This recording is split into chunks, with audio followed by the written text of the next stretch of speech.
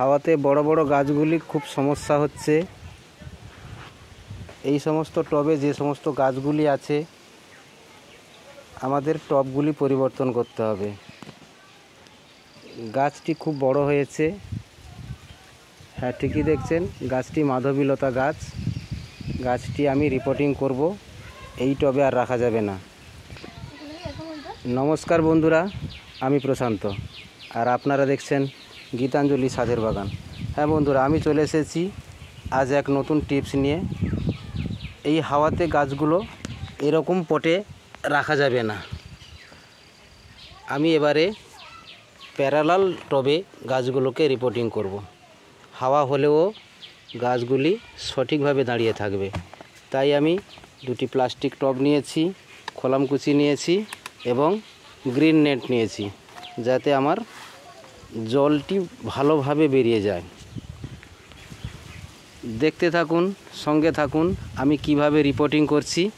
আমি যেভাবে করি আপনাদের একটু শেয়ার করে দেখাবো। হ্যাঁ, এবারে আমি টবটির নিচে খোলামকুচি দিয়ে দেব, যাতে করে টবটিতে জল না দাঁড়িয়ে থাকে। আমি এইভাবে খোলামকুচি দিয়ে দিতে পারি, একটু বেশিও দিতে পারি।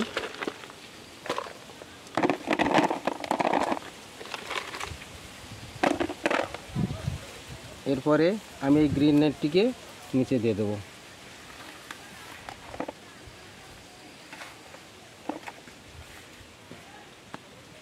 তারপরে আমার এই মাটিটি রেডি করা আছে, গত 2 মাস হয়ে গেল সার দিয়ে আমি মাটিটিকে রেডি করে রেখেছিলাম।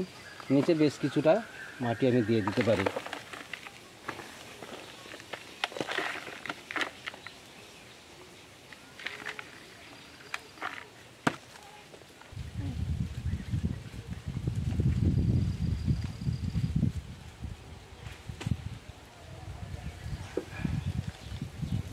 হ্যাঁ বন্ধুরা, দেখুন গাছটি কত সুন্দর রুট বাউন্ড হয়েছে।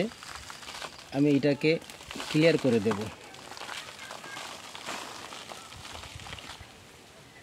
কিছুটা মাটিও এখান থেকে আমি ছাড়িয়ে নিতে পারি।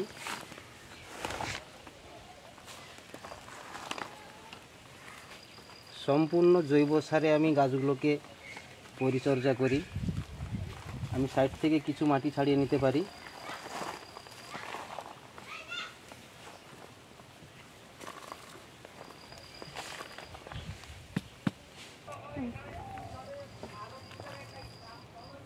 বন্ধুরা, এইভাবে আমি টবটিকে দেখে নিতে পারি, গোড়ার ওপর অবধি যেন টবের ওপরে না উঠে যায় এবং খুব একটা নিচে যেন না ঢুকে যায়।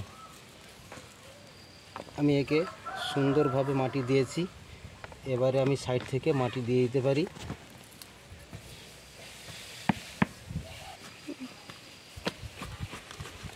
এইভাবে চারিদিকে আমি মাটিটিকে টাইট করে দেব, যাতে হাওয়া না প্রবেশ করে।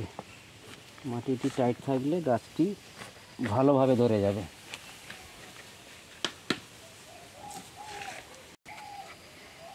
গাছটি আমার বেশি দিন রিপোর্টিং করা হয়নি, 2 থেকে 3 মাস আগে আমি রিপোর্টিং করেছিলাম। তাই এই মাটিগুলো আমার নষ্ট হয়নি,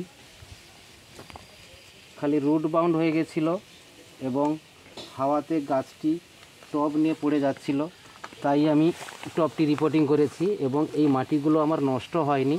এগুলো সারযুক্ত মাটি, জৈব সার দিয়ে পরিচর্যা করি আমি। এই মাটিগুলো আমি উপরে দিয়ে দিতে পারি।